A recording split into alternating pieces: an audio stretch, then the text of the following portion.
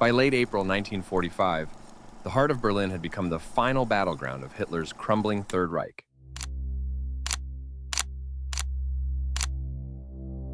The Soviets viewed the Reich Chancellery as the ultimate prize, the seat of Nazi power, just as they saw the Kremlin in Moscow as the center of their own. But in truth, Berlin was already lost. Hitler's government had collapsed in all but name, and the Chancellery, along with its underground Führerbunker, was merely a symbolic last refuge. Since mid-April, Soviet forces had been hammering their way into Berlin. The German defenses in the city were a fragmented mix of exhausted Wehrmacht troops, SS units, Volkssturm militia, and even Hitler Youth. Their numbers were dwindling, their supplies running out. And yet, for reasons of pride, desperation, or blind loyalty, many of them continued to fight. The core of Berlin's last defenders was concentrated in the government district, known as Zitadelle sector. This included the Reich Chancellery, Hitler's bunker, and nearby strongholds such as the Reichstag and the Ministry of Aviation. SS General Wilhelm Mohnke commanded the government quarters defenses. His forces consisted of around 2,000 men, including remnants of the Leibstandarte, SS Adolf Hitler, elite bodyguards, the Kriegsmarine Honor Guard, and elements of the Munich Police Battalion. Additional reinforcements came from a few scattered units of the Nordland SS Division, composed mostly of Scandinavian volunteers. As the Soviets closed in, the Chancellery grounds were transformed into a fortress. Sandbagged positions lined the streets, machine gun nests covered intersections, and the bunker's concrete walls, though deep underground, provided a last refuge. The defenders had limited ammunition and only a handful of Panzerfaust anti-tank weapons to counter the onslaught of Soviet armor. On April 28, 1945, Soviet forces pushed across the Landwehr Canal and began a systematic assault on the government quarter. Heavy artillery, including 203mm howitzers, shelled the area relentlessly. The nearby Reichstag was already under siege, and the battle was shifting south towards Hitler's last stand.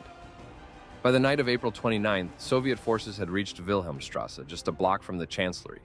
The Germans fought fiercely, knowing full well there was no retreat. Grenadiers and SS troops set up makeshift barricades using rubble and wrecked vehicles to slow the Soviet advance. Snipers operated from shattered buildings, while tank hunting teams with Panzerfausts hid in the ruins, waiting for Soviet T-34s to come within range. Meanwhile, inside the Führerbunker, Hitler's world was collapsing. He was informed that Heinrich Himmler had attempted negotiations with the Western Allies, an act of betrayal that enraged him. Soviet troops were now within a few hundred meters of his bunker, and communications with the outside world were breaking down. On the afternoon of April 30th, Hitler made his final decision. He and Eva Braun took their own lives. Their bodies were swiftly burned in the Chancellery garden to prevent capture. At 6:30 p.m., with Hitler dead, the battle for the Chancellery raged on.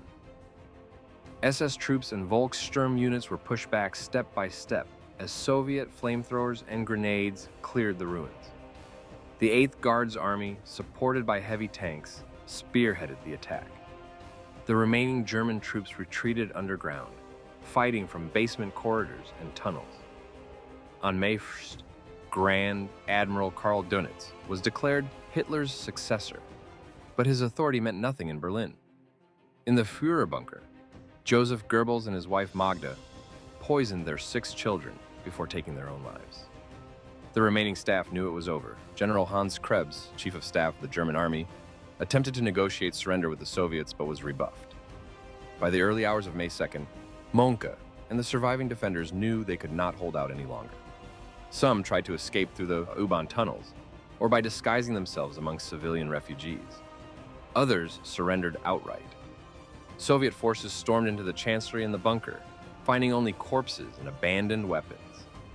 By 8:23 a.m. on May 2nd, Berlin's remaining garrison formally surrendered. The Soviet flag now flew over the Reichstag, and the long war in Europe was all but over. The Reich Chancellery, once the seat of Nazi power, was left in ruins. In the years that followed, its remains were demolished, leaving little trace of the final days of the Third Reich. But the battle fought there, the desperate last stand of Hitler's loyalists, remains one of the defining moments of the end of World War II.